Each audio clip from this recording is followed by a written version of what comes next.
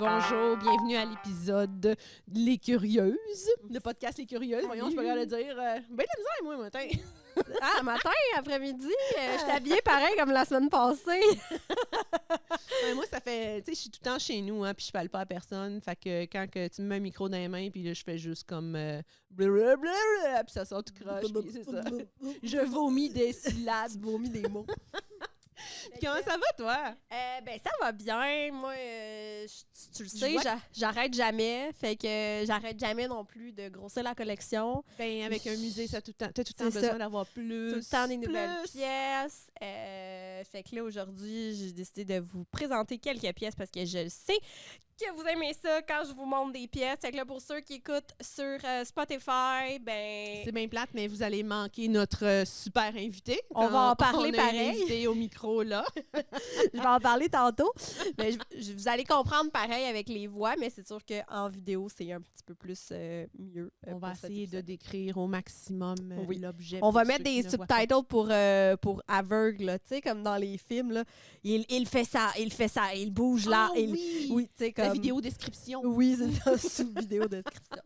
Ben, je vais faire la vidéo description, pas trop. Là, on va commencer par des objets de type religieux. OK. J'ai toujours été fascinée par la religion. Ben oui, toi, je pense, je sais pas, t'as une Marie qui est là, qu'on voit pas. C'est une Sainte-Anne. T'as des grosses statues religieuses. Il y en a partout ici. Ça, c'est Marie-Jésus. Marie-Jésus, non. Il y a plusieurs saints. Il y a Saint-Joseph, il y a Saint-Gabriel. C'est pas tout le temps Jésus, puis c'est pas tout le temps Marie. Mais pour ça, c'est que Mais qu'est-ce qui te fascine des objets religieux? L'histoire de la religion, le Vatican, la maltraitance qu'il y a eu, la violence qu'il y a eu, les guerres religieuses. Toi aussi, t'aimes ça, les histoires bad. Ben oui, et pas juste Walt Disney qui essaie de les transformer. Moi, j'aime ça quand ça finit mal. Puis avec la religion, c'est rare que ça finit bien. Ça finit jamais bien avec la religion, on va te le dire. Mais je trouve ça tellement impressionnant. Ben, c'est un peu comme la Deuxième Guerre mondiale. Tout le monde va dire, tu collectionnes des affaires de la Deuxième Guerre mondiale, t'aimes Hitler. Non, c'est pas parce que j'aime Hitler. Je suis fascinée par le pouvoir que cet homme a pu avoir sur un peuple puis leur faire des affaires. Et c'est la même chose avec la religion. Est-ce que tu penses que dans genre 50, 60 ans, il va y avoir un culte à Trump, justement? Ah, ça se peut. Ben, comme il y en a un à Charles Manson, puis tout, là, genre... qui va complètement changer les États-Unis. C'est possible. C'est sûr qu'il y a des cultes, il y a du monde qui sont pro-nazis, tu sais, je veux dire, ça c'est dans l'histoire de la Terre, puis ça changera jamais, tu sais. Puis c'est un peu pour ça, la religion, parce que, tu sais, il y a encore du monde qui sont vraiment forts dans la religion catholique, par exemple. Puis quand on recule, puis qu'on voit tout ce que la religion a fait, tu te dis, comment ça qu'il y a encore autant de croyants puis de gens qui donnent de l'argent à cette religion-là? Un peu moins parce qu'on voit que toutes les églises ferment puis les églises sont financées par les citoyens. Mais ça, c'est un peu ironique de dire que, mettons, tu te regardes dans les années 50 puis les gens n'avaient pas beaucoup à manger. Il y a des gens qui n'étaient pas capables de nourrir leur famille au complet, mais que l'église était recouverte de pièces d'or et c'était magnifique. Le curé habitait dans le luxe et ça, c'est le monde qui donnait des donations à la messe du dimanche, aux funérailles, au mariage, au baptême, au bedeau. Puis c'est ça qui gardait l'Église. Puis ils donnaient en plus de l'argent qu'ils avaient comme pas. Ben exact. Eux autres vivaient dans la pauvreté pour faire que le curé vit dans la richesse. Dans l'or et tout. Exactement, parce que c'est une genre de royauté, faire partie de l'Église. Mais je trouve tellement pas ça fair, là, tu sais, comme il y a des religions qui sont 100 fois plus... je trouve beaucoup plus éthique, spirituel. Oui, plus spirituel, ce qui fait que c'est plus éthique aussi, parce que je trouve pas ça éthique pantoute de faire ça. Et puis, c'est ça, donc les pièces que je vais vous présenter aujourd'hui, c'est des pièces que le Vatican interdit à la vente, OK? Oh. Le Vatican est contre la vente de toutes sortes de reliques, OK? Oui, les reliques. Les reliques qui sont en fait un bout, t'as les reliques de première classe qui sont soit un bout d'os ou un bout d'ongles, de cheveux, quelque chose qui a appartenu à un saint.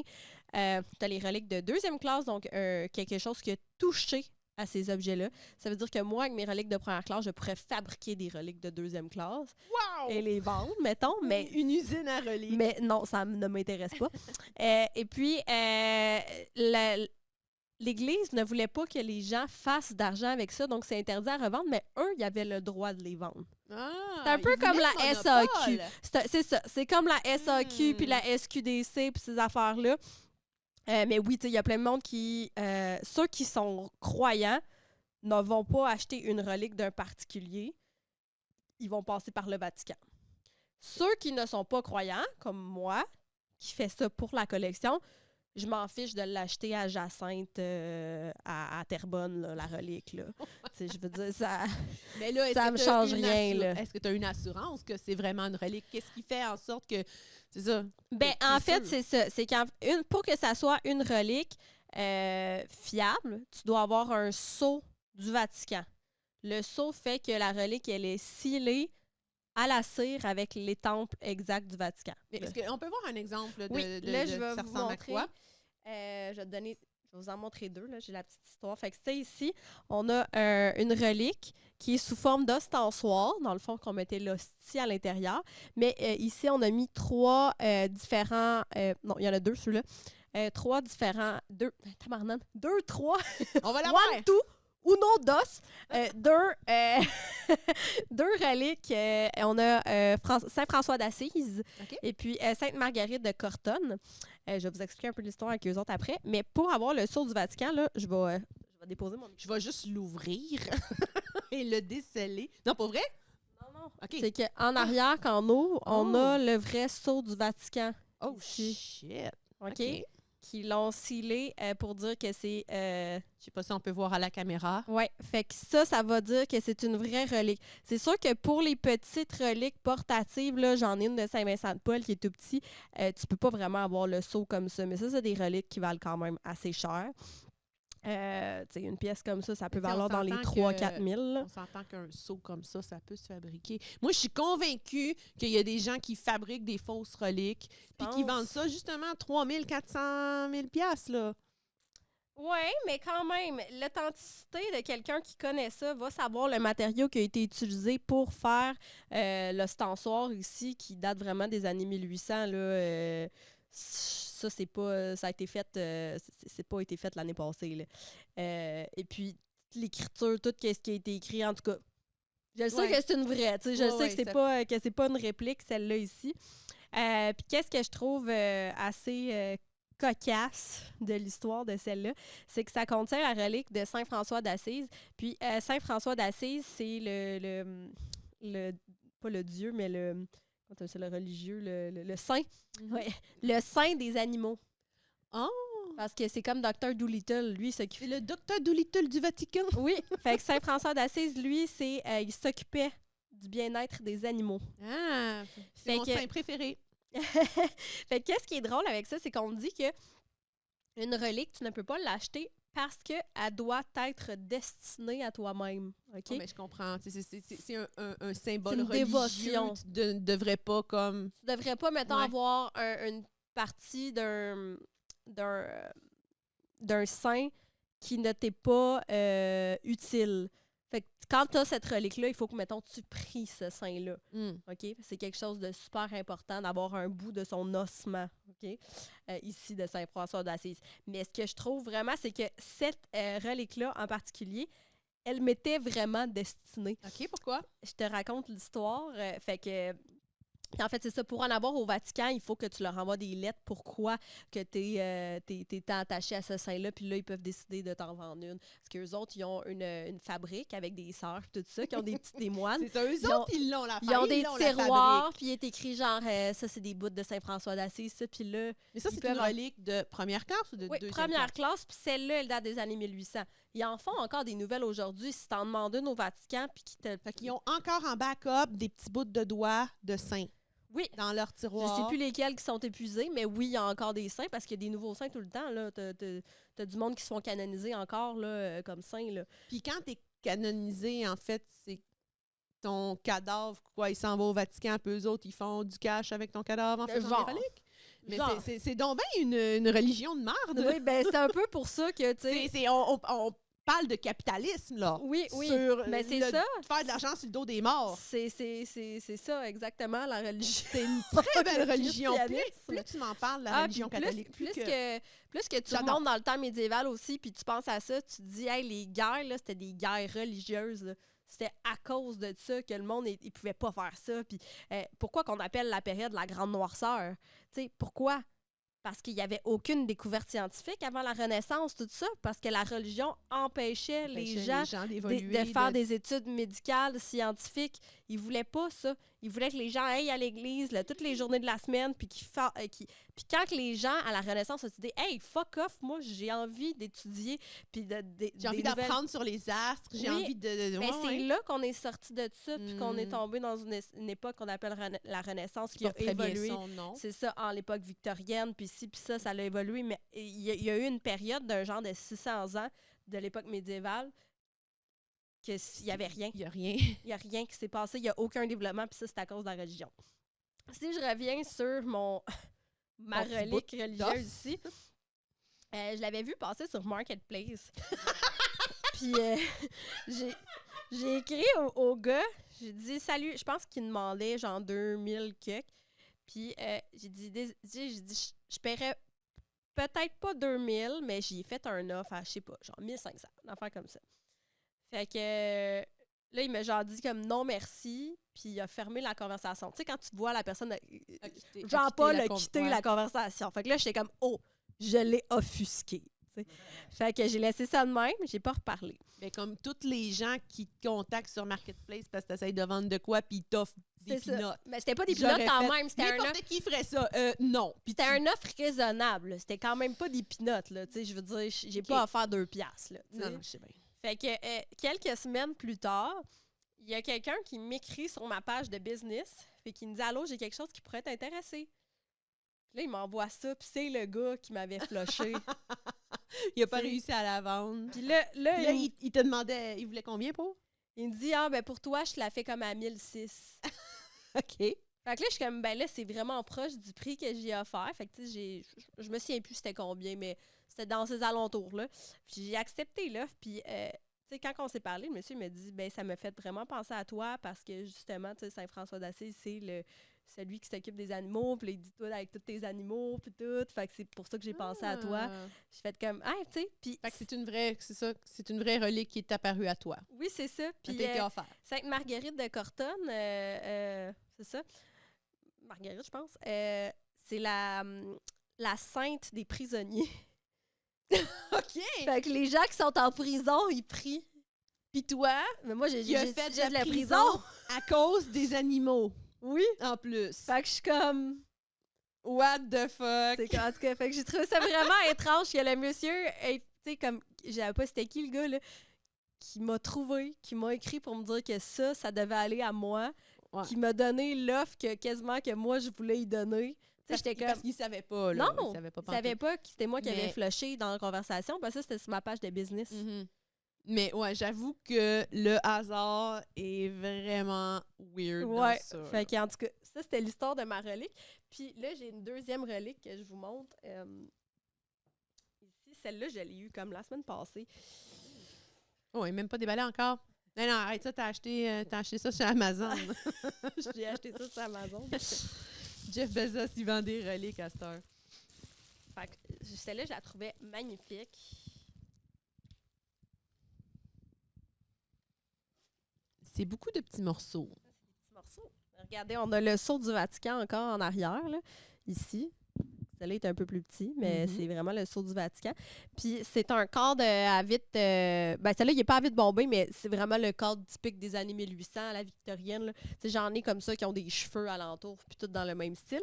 Mais c'est avec aussi des reliques. Fait que celui-là, il contient 7 dieux.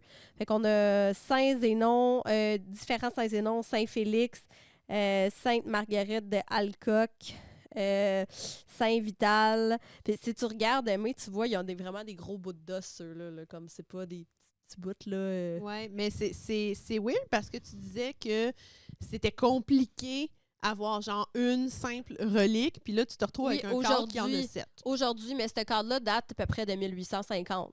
Fait que rendu là, moi, je sais pas comment c'était géré les reliques en 1850, mais c'est peut-être quelqu'un qui l'a fait faire à son effigie, qui est allé au Vatican dans ce temps-là, parce que ça, c'est clairement européen, on n'avait pas ça ici, là. C'est quelqu'un qui a ramené ça d'Europe, là.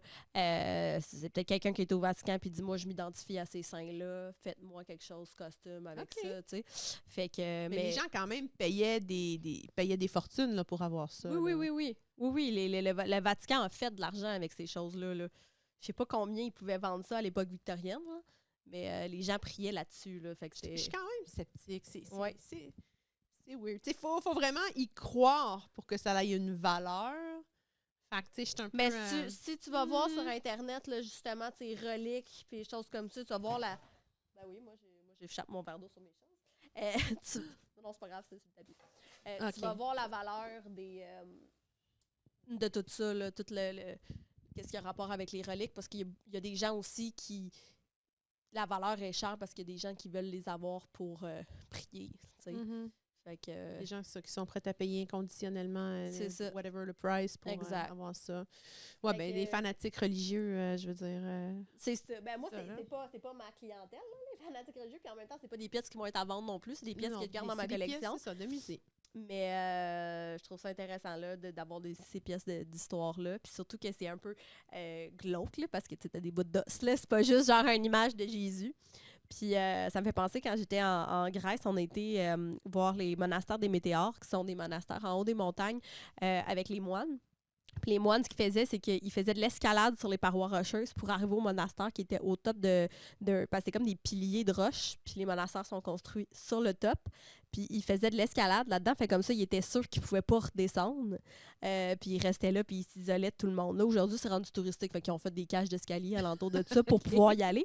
Mais dans les chapelles qui sont de style byzantine, là, fait que c'est pas le même style comme catholique.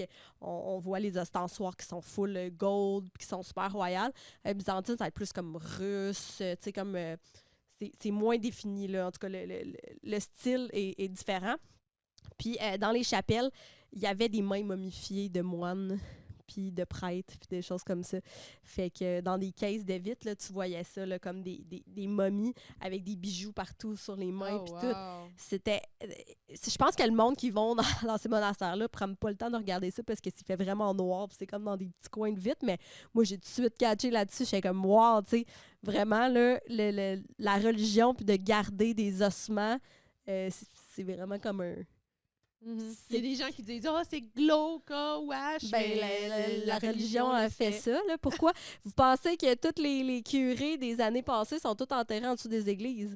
Quand on achète des églises où les églises sont à vendre, il faut qu'ils fassent des fouilles archéologiques pour être sûr qu'il n'y a pas de corps en dessous. Ça fait quelques églises que je vois qui se vendent sur Centris, qui est écrit comme corps dans le sous-sol ou on doit déplacer les cadavres. Parce qu'ils enterraient les gens en dessous de l'église, ça signifiait quelque chose pour eux autres. Ça l'aidait les gens à aller plus haut, justement. Pour ça qu'on faisait les cérémonies des églises, parce que ça l'aidait les gens à se rendre au ciel à cause du clocher de l'église. Fait que si on enterrait les gens là, c'était plus proche du paradis. Mais ça a une logique. Oui, exactement. Fait que, mais la mort, c'est ça. Il faut arrêter de faire ça tabou. Je continue en parlant de la mort. Vas-y. C'est ici. Ça aussi, c'est une nouvelle pièce que j'ai. C'est une petite poupée. C'est une petite poupée. J'en avais des petites dans ma collection. Là, j'ai eu une grosse. C'est une poupée Shanghai. Je ne sais pas s'il y en a qui savent c'est quoi, mais c'est des poupées péruviennes qui se retrouvent dans les montagnes en haute altitude au Pérou. C'est où qu'on retrouve les momies. Tu sais, j'en ai une comme ça là, qui est momifiée totalement. Oui. Et qu'est-ce que ça fait, c'est que les corps ne se décomposent pas, ils vont sécher. Et puis, les vêtements que ces momies-là portent aussi, ils vont rester intacts. Fait que c'est pour ça qu'on retrouve plein de tissus précolombiens au Pérou, les tissus avec les motifs et tout ça. Aujourd'hui, ce qu'ils font, c'est qu'ils ramassent ces tissus-là et ils fabriquent des poupées avec. Mais celle-là, c'est une vraie poupée qui a plus qu'une centaine d'années, il faudrait que je regarde les papiers, qui est faite avec des tissus de momie. Ça veut dire que tous les tissus qu'elle porte ici, c'était tous des vêtements qui étaient portés par une momie ou qui ont été fabriqués pour être enterrés avec une momie. Parce qu'il y avait des poupées funéraires qui appellent Ça, faudrait que je m'informe un peu plus. Mais sur certains corps, que ce soit des enfants ou quelque chose qui devait être enterré avec une poupée, parce que la poupée signifiait quelque chose dans le rituel. Mais là, ça, je suis pas rendue là dans mon apprentissage. Mais celle-là, c'était vraiment une poupée qui a été ramassée sur un site qui était vraiment vieille, là, qui a été enterrée avec la momie puis tout ça. Là, fait que ça a été, cette poupée-là, elle a été exposée dans plusieurs expositions en Europe là, d'art puis tout ça. Là, fait que j'ai tout le nom de ça. C'est une belle pièce que j'ai réussi à me procurer dans les dernières semaines. Ça me surprend. Ouais. Ok, tiens. Moi, ça me surprend tout le temps. À chaque fois que tu arrives avec une pièce de même, je me dis, comment... Qu'est-ce que ça fait ici? Pourquoi t'as réussi à... Mais tu sais, c'est ça, c'est qu'il y a bien du monde. Mettons, j'ai eu beaucoup de gens dans le passé qui étudiaient en anthropologie puis qui m'ont écrit des genres de menaces ou des mauvais commentaires, genre ça appartient dans un musée, ça appartient... Mais savez-vous que la plupart des musées sont privés? Oui. Il y a beaucoup de musées qui sont privés. Ça appartient à des gens qui ont de l'argent, qui ont ramassé des pièces puis qui le montrent au public. Moi, j'en ai un musée. Puis je l'ouvre, c'est ça, il est privé. Puis si vous voulez le visiter, vous pouvez le visiter. Vous avez juste à m'écrire. Juste que moi, je suis pas super fortunée. J'ai pas 350 000 blocs à Montréal. Fait que je concentre ma collection dans un building que j'ai les moyens de me payer. Et puis, c'est sûr que ça n'a pas de l'air du musée McGill. Hein, parce que, mettons, on prend le Red Pat, c'est pas un musée qui est gouvernemental. C'est un musée qui appartient à l'Université McGill, qui appartient à des gens. Hein. Fait que... C'est ça. Fait que oui. Toi, t'es tout seul là-dedans à gérer tout ça. Ben, c'est ça. Puis, tu sais, mon but, c'est pas. Ce qui est le fun avec ton musée, justement, c'est vu qu'il est petit, c'est qu'il est bourré, il est plein à craquer, genre du plafond jusqu'au plancher. Oui, puis t'en as des. C'est ça que je trouve drôle parce que des fois, mettons, justement, au musée Red Pat à Montréal, je trouve ça super exceptionnel, là, l'architecture, puis tout ça, comment c'est beau. Mais à toutes les fois, je rentre dans ce musée-là, je me dis, j'ai ça, j'ai tout ça, j'ai tout. Qu'est-ce qu'il y a dans le musée? Sauf le squelette de tyrannosaure qui est en fait une réplique, puis le gorille en taxidermie, que ça, j'aurais sûrement jamais. Mais autre que ça, j'ai tout qu'est-ce qu'il y a dans le musée et beaucoup plus. Mais toi, je sais pas combien de c'est ça, parce que dans le fond, dans un musée, hein. en général, c'est qu'ils prennent 15 mètres pour mettre un objet dans un case vitré, puis tout le monde tourne autour. autour. De la pièce, bien éclairé, puis tout. Exact. Non, moi, ces objets-là, j'en ai 50 dans le même présentoir, là. Pas de lumière. Pas de lumière dans le fond de la naudière, là. Fait que... Mais oui, c'est ça. Fait que ça soit un musée riche qui expose ou une collection privée, c'est la même affaire pour moi. Fait que, puis au contraire, tu sais, je pense que le fait que je collectionne des affaires puis que je passe tout exceptionnellement mon cash là-dessus puis qu'il me reste 3,50 $ dans mon compte de banque, ça prouve à quel point que je suis passionnée par qu'est-ce que j'ai. Puis je suis pas juste comme « Ah, whatever, 100 000 $, aller m'acheter une Lambo, je vais partir en voyage. » C'est pas ça, tu sais. Juste... Quelle belle perte d'argent s'acheter un char de plus de 100 000 $. Moi, je ne si je serais multimillionnaire, je le ferais. Même pas. Moi, si j'avais plusieurs millions, je resterais avec ma petite micro qui me satisfait très bien. Mais tu ferais quoi avec tes millions? J'achèterais des terres. Moi, j'achèterais du terrain dans le bois. J'irais le plus loin possible. Je me mettrais une maison autosuffisante avec des panneaux solaires, tout genre. C'est ça que je ferais avec mon argent. Ouais, c'est ça. Toi, tu t'en vas dans le bois. Moi. Je m'en vais dans le bois, je m'en vais faire l'ermite, je deviens la sorcière du village. Là. Non, moi, je m'achète un hôtel sur le bord de la beach. Il y a le grand terrain en montagne avec ses 1000 chats sur son terrain, puis c'est ça, ouais. Qui a pas besoin d'Hydro-Québec, puis qui a un c'est pour ça, c'est pour ça. Non. Fait que moi, j'aurais une calèche. J'aurais plus une calèche qu'une Lambo. Mais la Amish. Non, peut-être pas Amish, là. Il y a trop de sexisme dans la Amish, là, mais ouais. Non, la sorcière, une sorcière dans le bois. Bon. Parfait. Ça m'irait. OK. La sorcière millionnaire. La sorcière millionnaire. En calèche. Ouais. Bon, je continue. J'ai des pièces un petit peu plus rares que je vous montre. Mais ben non, c'est tout rare, en fait, ce que je vous montre. Là, je vais aller dans une section fossile. OK. Moi, tout ce que j'ai voulu avoir dans ma vie, ben, à toutes les fois que j'ai une pièce, je veux quelque chose d'autre, tu sais, c'est normal. Mais un de mes animaux, j'ai toujours aimé les gros chats, tu sais, les tigres, tout ça. Et puis, c'est un saber-tooth tiger, un tigre. Smilodon? Oui, un tigre à dents de sabre. Le Smilodon? Et puis, ce qui n'existe plus aujourd'hui, mais c'est vraiment quand même impressionnant quand tu dis que ça existait il y a 12 000 ans. 12 000 ans, c'est pas vieux. OK? C'est un vrai? Attends une minute! Mais j'ai regardé tantôt, ça a l'air fake. Non, je vais t'expliquer. Okay. Le 12 000 ans, si tu te dis que le 2000 ans, on était à l'an zéro, puis que les Égyptiens vivaient quand même jusqu'à 5000 ans avant l'an zéro, ça fait 7000 ans. C'est déjà la moitié du temps que ça a pris pour plus qu'il y ait de l'inspection de cet animal-là. Ouais, c'est ça. Fait que, en général, quand ça a seulement 12 000 ans, c'est pas assez vieux pour être fossilisé. Fait que, les fossiles seront pas encore durs comme la roche. Ça va être plus comme de l'ossement, mais comme plus lourd un peu. Là. Je sais pas, comme... Okay. Un entre-deux. Ouais, un genre d'entre-fossile. Un roche. Pétrifié. Pétrifié. C'est plus un peu le mot. Puis, il y a beaucoup de, mettons, comme les ours des cavernes, puis ces animaux-là, les hyènes des cavernes, le paresseux géant. Il y avait des paresseux qui faisaient la taille d'un éléphant. Là. Ces animaux-là vivaient dans l'ère du Pléistocène. Fait que c'est ça. Fait que ça, c'est la dernière glaciation. Mais ils vivaient aussi, il y a, mettons, 1 million d'années aussi. Fait que, ils ont vécu dans ce dernier million-là. Donc, si le fossile date d'il y a comme 1 million d'années, il va être fossilisé. Ouais. Mais s'il y a 12 000 ans, il ne sera pas fossilisé.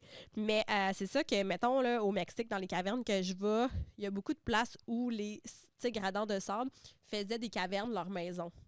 Fait qu'ils en ont retrouvé des crânes dans le fond de ces cavernes-là qui sont aujourd'hui remplies d'eau. Il y a beaucoup de chercheurs qui disent qu'on ne peut pas les sortir des cavernes parce que ça fait quelques milliers d'années qu'ils trempent dans l'eau. Si on les sort, ils vont se désagréger. Ils vont tout de suite tomber en morceaux. Ouais. Parce qu'ils sont comme fixés à cet environnement-là. Celui que j'ai, moi, ça vient de Ganzhou, en Chine, qui est une place où, aujourd'hui, la Chine interdit l'exportation de fossiles parce qu'ils veulent les garder comme un peu leur trésor national. Mais c'est possible de trouver des fossiles de cette localisation-là sur d'autres marchés mondiaux parce que tu peux... Qui ont déjà été sortis de la place. C'est ça. Tu peux les acheter en Europe, tu peux les acheter aux États-Unis, tout ça. Mais il y a beaucoup de monde qui me disent « Hey, ça vient de la Chine, c'est fake ». C'est pas nécessairement, parce que la Chine a quand même un gros... leur ressource naturelle est exceptionnelle. Là. Ils ont de tout, là, vraiment. Surtout sur les fossiles. C'est là qu'on trouve aussi des œufs de dinosaures, des vrais œufs de dinosaures, des fakes. Il y en a beaucoup de fakes aussi. C'est aussi qu'en Chine, ils ont beaucoup... Des vieux objets, mais qui ne veulent pas sortir de la Terre. Ouais. Comme il y aurait apparemment des pyramides en Chine, mais qui ne veulent pas... c'est comme c'est recouvert de terre, là, mais tu le vois vraiment là, que c'est une pyramide, mais ils ne veulent pas l'excaver comme parce que ça serait comme mal vu. C'est comme de sortir dire, là, ça. Religieusement, là, spirituellement, ce serait... Fait que il y a des gens qui ont pris des photos de tout ça. C'est parmi, tu vois ça, c'est parmi des champs, là, ils font de l'agriculture, là, puis en plein milieu du champ, là, il y a une grosse butte géante, puis tu le vois, là, c'est une pyramide, mais c'est ça. C'est leur mentalité, mais c'est sûr qu'il doit y avoir du monde quand même qui vont chercher des affaires qui sortent illégalement de la Chine ou whatever. Que le monde ne ferait pas pour de l'argent. Oui, c'est ça. Celui que j'ai, en fait, c'est ça, c'est que vu que ça vient d'un dépôt qui a 1 million d'années environ, les os, des fois, quand ils les déterrent, ils deviennent super fragiles, donc il faut qu'ils les fixent. Donc, ils vont les tremper dans un genre de sorte de vernis qui va durcir. Oui, une genre de résine. Ils vont aussi travailler pour sortir, comme mettons... toutes les dents vont être remplies de dépôts calcium, dépôts calcaires, donc ils vont prendre une Dremel pour essayer de tout enlever les résidus. Donc ça a de l'air, quand tu regardes, ça a de l'air super parfait, mais c'est normal, c'est parce qu'il a été travaillé, qu'il n'a pas été trouvé dans la terre comme ça, il a vraiment été travaillé. Puis ils rajoutent certains éléments pour, des fois la roche est fragile, il y a des bouts qui cassent, fait qu'ils vont recoller certaines pièces. Souder ensemble. Fait que oui, c'est des pièces qui ont été retravaillées. Ces pièces-là, moi, je suis comme plein de... t'es bloqué du nez depuis des jours. À cause de ma plongée. De tes plongées, oui. C'est ça. Ces pièces-là, dans le fond, ils vont valoir un peu moins que si tu trouves un crâne qui est complet, qui n'a pas besoin de travail. Puis c'est juste comme... qui n'a pas été c'est ça, qui est juste comme... wow, il est complet. Mais c'est vraiment rare de trouver un fossile qui est parfait puis qu'il n'y a pas d'autres roches attachées après puis il s'est préservé pendant des millions d'années dans une genre de petite bulle de verre, là, tu sais. Je comprends. Mais ces crânes-là valent au-dessus de 100-150 000 et plus, là. Fait que je vais vous montrer... oui, mais je veux voir celui-ci. plus en profondeur. Je suis curieuse. Fait que c'est pour ça que je disais que ça avait l'air d'un Oui, parce fake. qu'il y a un enduit dessus, là, un vernis. Puis Parce ici... que s'il n'y avait pas eu ça, il se défrait en morceaux. Oui, là. c'est ça, il se défrait. Puis ici, tu vois, il y a comme plein de petits coups, là. Mais ça, c'est la Dremel, là, qui ont... Parce qu'ici, sûrement qu'il y avait un gros morceau de roche. Ouais. Puis ils l'ont travaillé. Pour qu'on voit la forme que ça C'est a. ça, ils l'ont sorti. Parce que là, s'il avait enlevé en dessous, sûrement que ça aurait cassé. Fait qu'ils le laissent Ok. dedans. Je Aussi, comprends un peu mieux, là. c'est ça. Puis là, ici, tu vois, avec la Dremel, ils ont tout ressorti pour que les dents soient toutes bien. Parce que sûrement que ça, ici, c'était recouvert de roches comme ça aussi. Parce qu'il était caché, fait que pour Puis les là, voir. tu vois, t'as comme une vertèbre par rapport là. Fait que moi, puis t'as comme un... Ça, c'est un os de genou. OK. Fait que j'ai l'impression qu'il était juste un tas d'os fossilisés, puis ils l'ont sorti. Ils ont sorti la partie du crâne. Ouais, Mais exact. on voit qu'en arrière, il y a d'autres os. Fait que, tu sais, ça Ouais, fait ben, moins cheap, là. Tu le vois vraiment que c'est un vrai, là. Ouais, c'est ça. Il y a d'autres os là. Puis Tu devrais juste le montrer de l'autre bord au complet à la caméra. Ouais. C'est comme si elle avait la face un peu effoirée Mm-hmm. ici. Fait que tu vois, c'est gros. Celui-là, c'est pas un gros, mais c'est une bonne tasse. C'était dans mon budget, tout, parce que les autres étaient vraiment Mais pas non, dans mon budget. avec quand je regarde plus en profondeur, non, c'est un vrai. Oui, puis il y a Mais c'est certaines très parties cool. que tu vois l'ostéoporose, là, un peu comme les trous dans les os. OK. Puis les petites trucs noirs ici, c'est la pyrroludite qu'on appelle. C'est une pierre qui se crée avec l'hématite. Puis l'hématite, c'est le sable noir. Tu sais, mettons, quand tu passes un aimant dans le sable, il y a des morceaux qui collent. Ben c'est ça. Fait que ça, quand ça rentre dans les pores de la peau, parce qu'un fossile, en fait, c'est que l'ossement a été pétrifié puis fossilisé pour devenir dur. Puis il y a des particules de ce sable noir-là qui est rentré dans les pores de la peau puis qui a commencé à cristalliser de la pyrrolysite dedans. Fait que ça aussi, c'est un autre signe que c'est vraiment un vrai crâne. Fait que, en tout cas, c'était une des pièces que j'étais vraiment... wow, non, frère, c'est fucking impressionnant. Ouais, fait que... Parce qu'on en voit souvent des reproductions de ces crânes-là, des smilodons, des saber-tooths, puis tout. Ouais. Parce que c'est ça, le gros crâne de lion, de chat, avec les grosses dents, c'est vraiment beau, là. C'est un bel objet. OK, ça, c'est une autre pièce que j'ai acquérie, donc je suis contente parce qu'il n'y a pas grand monde qui ont ça. Non, c'est clair. Là, je vais aller dans 2 pièces que je vais mettre des gants. Là, j'ai un petit peu d'eau qui est tombée dessus à cause de mon verre d'eau. Des pièces qui sont humaines, des morceaux humains. Ben moi, je les vois, là. Je sais pas si on les voit à la caméra, là, mais... Sûrement qu'on les voit déjà. Hein? Oui, OK. Fait que là, donne-moi une seconde. Moi, il parle. Oui. Mais c'est fou aussi à quel point la quantité de corps humains que tu as dans ton musée, c'est assez surprenant, tu sais, de corps humains. Je parle de bouts d'humains, là, tu sais, de crânes, de mains, de momies, c'est tellement impressionnant, là, pour vrai, là. Il y a plus de monde qui devrait venir voir ton musée, parce que... Oui. Fait, contactez-la en privé, puis demandez une... venir visiter. Mais ouais, on va faire une parenthèse bien vite là-dessus. On veut voir ton musée, on fait quoi?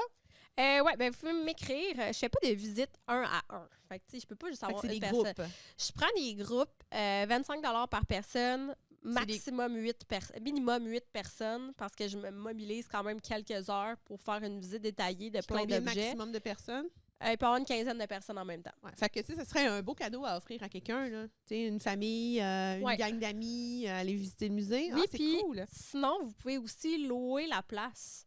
Fait que je loue pour des soirées. C'est sûr, ça vous coûte un petit peu plus cher, mais vous pouvez faire un événement, là. Et comme tu vas avoir un événement de meurtre et mystère. Oui, le 26 avril, j'ai un événement meurtre et mystère. En espérant que l'épisode sorte avant. Oui, c'est sûr que oui. Il va y avoir... il y a l'atelier d'entomologie qui est la journée. Fait que ceux qui veulent venir à l'atelier d'entomologie peuvent rester après pour le meurtre et mystère. Fait que l'atelier se fait aussi dans le musée. C'est juste que pendant l'atelier, on n'a pas le temps de faire le tour du musée. Par exemple, au meurtre et mystère, vous allez avoir le temps de passer la soirée à tout regarder les objets, avec des cocktails, avec des bouchées, avec un spectacle. Fait que ça vaut le prix, ça vaut vraiment la peine. Puis comme je vous dis, si vous voulez venir, tu sais, je peux le faire, la visite, c'est juste que si vous êtes 8, ça vous coûte 25$ par personne. Fait que faites le calcul que si vous êtes 2, ça va vous coûter pas mal plus cher. C'est juste comme je vous dis, parce que moi, je suis tout le temps partout, puis je me mobilise vraiment une journée pour faire le ménage au complet, parce que je travaille, je fais mes lives à temps là, je pack mes colis, fait que c'est tout le temps plein de bubble wrap et tout. Fait que je prends comme une demi-journée pour faire le ménage, puis la demi-journée pour expliquer. Fait que c'est vraiment une journée de travail. Fait que c'est pour ça que ça vaut pas la peine si j'ouvre pour une personne. Mais ça vaut vraiment la peine, pour vrai. Il y a 1000 choses à voir. Ouais, c'est ça. 1000 choses pour vrai. Vous m'écrivez si vous voulez venir visiter. Fait que, bon. Les corps humains. Je vous avais déjà montré dans un autre podcast. Je pense que j'ai déjà montré les têtes réduites. Oui, on a fait un épisode là-dessus. Oui. Mais là, c'est ça, je vois que t'en as une nouvelle. Oui, parce que là, les têtes réduites que je vous ai montrées, je les ai échangées contre une autre pièce que je vous ai montrée. Il y en a une que j'ai vendue. Puis là, j'en ai une nouvelle aussi. La nouvelle, c'est une tête réduite ici qui est plus petite. Ouais, t'avais échappé de l'eau un petit peu sur le socle. Ouais, ben gars, je vais le laisser dessus, puis je vais... C'est pas grave, c'est mon tapis. Le tapis c'est ici. Donc, c'est une petite tête réduite comme ça. Elle est plus petite parce que c'est un enfant. Ben c'est ça, il y a des traits d'enfant. Et puis, avec la couleur des cheveux qu'on voit qui est blond-roux. Ouais, que Pat, il se demandait, il est roux! Il est roux! Ben, pourquoi? c'est pas un enfant qui vient d'Équateur ou qui vient du Pérou, là. C'était un petit touriste. Puis, soit ça, c'est l'option numéro 1, ou l'option numéro 2, c'est que dans le début des années 1900, les gens en Europe voulaient des têtes réduites. Ils voulaient que les explorateurs aillent leur chercher des têtes réduites et qu'ils les ramènent. Mais il n'y en avait pas assez sur le marché. Mais la demande était quand même assez forte. Fait qu'il y a des gens qui se sont mis à en faire avec des cadavres. OK? Fait que ça ici... Mais les cadavres, c'est ça, mais ils prenaient... À la morgue. OK, c'est pas un aborigène, genre, qui l'a fait. Non. C'est un Européen qui l'aurait fait. Celle-là, je pense que c'est plus d'origine européenne. C'est difficile à dire, mais c'est début des années 1900 parce que les gens en voulaient. Fait qu'il y a des gens qui ont commencé à en faire en Europe aussi. Fait que les autres, ils ont appris la technique. Oui, ils ont appris la technique qui ont appris des tueurs qui sont en Équateur, puis qui ont commencé à en faire sur des corps. Là, je dis sur des corps parce qu'il y a des histoires qui disent qu'ils enlevaient des enfants pour en faire en tête réduite aussi. Mais là, ça, il y en a des histoires dans le folklore de période où des enfants étaient disparus dans des villages. C'est ça. Fait que ça, c'est peut-être une information à plus regarder, mais c'est possible que ça soit ça. C'était un enfant qui était décédé aussi parce qu'on sait qu'au début du siècle, il y avait beaucoup plus de morts infantiles qu'aujourd'hui. Mais tu sais, je veux dire, il y avait des cheveux. Il n'était pas naissant, là. Non, ça doit être un enfant d'à peu près, je te dirais, 5-6 ans, là. Parce que la tête a réduit vraiment beaucoup. Parce qu'un enfant naissant va avoir cette taille-là. Mais c'est pas naissant parce que la tête, elle a vraiment réduit, là. Fait que même ça peut être un enfant de 8 ans, là, tu sais, mais c'est un enfant. Voit, là, avec les features de sa face, là, on voit vraiment que c'est un enfant. Un autre truc pour vérifier aussi, là, celui-là, il n'y en a pas, mais je pourrais regarder au microscope, c'est que s'il y a des fibres d'herbe à l'intérieur, parce que les tueurs, là-bas, utilisaient des plantes indigènes qui faisaient que c'était pour leur rituel là, de passage qu'ils mettaient à l'intérieur de la tête, parce qu'on sait qu'eux autres, quand ils faisaient ça, c'était pour retirer les pouvoirs de la tête pour les prendre pour eux autres. Fait que ces herbes-là sont vraiment distinctes en Amazonie. Fait que peut-être qu'au microscope, on pourrait faire comme des échantillons. Si ça avait été fait en Europe, ils vont pas prendre ces herbes-là. Fait que ça serait sûrement possible de faire des analyses en laboratoire pour savoir c'est quoi. Est-ce que, tu sais, c'est-tu post-mortem? Ben non, c'est sûr que c'est post-mortem, là. Ils l'ont tué avant de découper la tête, là. Mais je veux dire, est-ce que ça vient d'Amérique du Sud ou bien ça vient d'Europe? Ben, ce qu'on sait, c'est que c'est un enfant et non, ce n'est pas un aborigène. Fait que ça, c'est une des pièces que j'ai eues. Et puis, l'autre pièce-là, est-ce que on la voit bien ou je suis mieux de la prendre? Bon, on peut tourner la cam. Ça, c'est notre invité. Comment il s'appelle? Ouais, c'est ça. Il veut pas parler. Il dort un peu. Ça fait une couple de milliers d'années qu'il dort. Ça fait combien d'années qu'il dort? Ben là, j'ai pas la date exacte, mais dans ce cas-là, si on zoome la caméra, je vais enlever mes gants parce que c'est vraiment pas confortable. Dans le fond, c'est une momie égyptienne. Vraie tête de momie. Tu sais, je dirais c'était à peu près 2000 ans avant Jésus-Christ. Il faudrait faire aussi des tests au carbone, tout ça, pour avoir l'âge exact. Mais on peut voir quand on regarde de plus proche, là, si vous venez au musée, vous allez pouvoir le voir. Il y a des wrappings partout alentour, là, avec comme une momie, dans le fond. Mm-hmm. Puis dans les yeux, on voit vraiment qu'ils ont comme les yeux momifiés et ajoutés avec des sculptures en bois avec le petit milieu d'œil, là, comme qui est vraiment... Ça a été rajouté parce qu'on sait tous que à la mort, l'œil s'affaisse assez rapidement. Oui, puis je pense même que dans la culture égyptienne, je pense même qu'ils enlevaient les yeux, ces affaires-là, pour la momification. Fait que oui, ils ont rajouté ça dans l'œil. Puis tu vois, il y a plein de monde qui me disent « Comment t'as ça? » Parce que c'est dans des collections privées, comme je vous raconte, dans les musées. Puis ça... T'as pas été chercher ça en Égypte? Non, ben ça serait illégal. Parce que c'est ça, il n'y a plus rien qui sort d'Égypte. Il n'y a plus rien qui sort d'Égypte. Par contre, il y a bien du monde qui sont comme moi, mais ils rapatrient les trésors d'Égypte. Mais ça, ce n'est pas un trésor d'Égypte. Parce que des momies, il y en a eu beaucoup. Puis c'est pas nécessairement tous des pharaons, puis des grands dieux, puis tout ça. Monsieur, madame, tout le monde se faisait momifier. Oui, c'est ça. Si tu avais un petit peu d'argent, tu pouvais... Il y en avait beaucoup des tombes, exactement. Puis ces tombes-là, ceux-là, s'il n'y a pas d'identification, ne seraient peut-être pas nécessairement exposés dans le musée là-bas. Donc, ce n'est pas quelque chose qui est important pour l'Égypte parce que c'est pas quelqu'un qui est important. Mm-hmm. Dans le fond, l'Égypte, ce qu'ils veulent ramener, ça va être tout ce qui va avoir une grande valeur. Les statues de pierre, les sculptures. Les ornements en or. Oui, les papyrus qui démontrent des textes importants pour l'histoire de l'Égypte. Il y a un petit bout de papyrus avec un truc qu'ils ne le ramèneront pas. Là. Ça va être vraiment comme un gros bout qui est tout décrit quelque chose d'important. Des fois, si vous regardez là, aux encans, là, dernièrement, il y avait eu des têtes qui se sont vendues plus de 2 millions pour une statue. C'était vraiment des têtes, mettons des statues de Anubis au complet qui datent de 5000 ans. Ça, ces choses-là, c'est vraiment des trésors architecturaux pour l'Égypte qui veulent être ramenés. Une tête comme ça, c'est pas Ramsès, là, c'est pas Cléopâtre, là, je veux dire... C'est pas considéré comme un trésor. C'est ça, exact. Fait que ça, c'est pas ce qu'ils vont courir après, donc il n'y a pas de problème avec ça. Mais oui, tu sais, il y a beaucoup de monde, beaucoup de collections dans des musées qui ont décidé d'enlever des choses qui sont égyptiennes par peur de l'éthique, par peur que les gens disent « Ah, mais là, ça, c'est plus correct de mettre ça parce que l'Égypte veut renvoyer ça là, puis si... » Tu sais, fait qu'aujourd'hui, les gens ont beaucoup peur de montrer ces genres de choses-là. Je sais pas si c'était arrivé avant le dernier podcast ou c'est arrivé entre le temps qu'on n'a pas fait de podcast, mais le gouvernement de l'Angleterre, je sais pas si je te l'avais dit, voulait bannir l'exportation et l'importation de crânes humains. Oui, tu m'en avais parlé vaguement. Oui, c'est ça, parce que il y avait des crânes tribaux de tribus africains, justement, qui étaient à l'encan.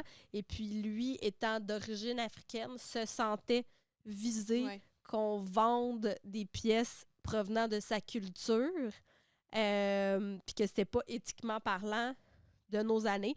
Mais c'est ça, il faut savoir que les gens qui collectionnent ça, en général, il y a tout le temps des exceptions, là, mais c'est des gens qui sont fans de ces cultures-là pour l'aspect culturel, justement, puis qui vénèrent ça, qui sont pas en train de rire de ces gens-là ou de posséder ça pour des mauvaises utilisations, tu sais.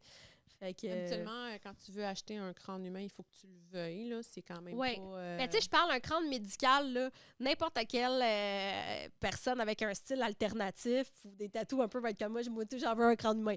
Puis ça, oui, là, ça, j'en vends à n'importe qui, madame tout le monde, là, des crânes humains de même. Mais quand tu veux un crâne qui est beaucoup plus dispendieux, qui a une histoire qui est anthropologiquement intéressant, ben là, on tombe dans une autre catégorie de gens qui sont fascinés par ça. C'est rare, les gens qui vont dire « Moi, je vais acheter une tête de momie à une couple de milliers de piastres pour faire des rituels de momification de mes animaux, genre. » Non, tu sais, le monde, ils feront pas ça aujourd'hui, là. Fait que je pense que... C'est une pièce de collection, Ben, c'est tu ça. respectes ça. Là, Puis tu peux pas, ça revient à l'affaire de dire que ça soit le musée du... c'est quoi, le British Museum, ou que ça soit une collection privée de quelqu'un qui veut se partir un musée, c'est la même affaire.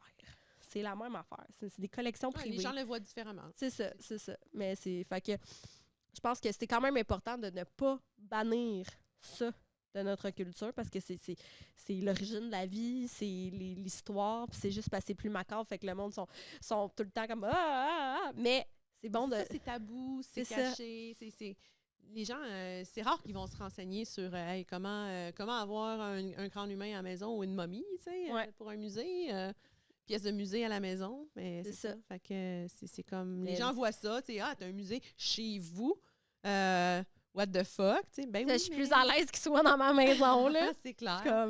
Mais ouais, c'est sûr que c'est peu fréquent que les gens ont des pièces de musée chez eux, mais moi, je trouve ça très cool. Puis oui, t'as le droit, comme n'importe quelle autre personne, d'avoir ça, là.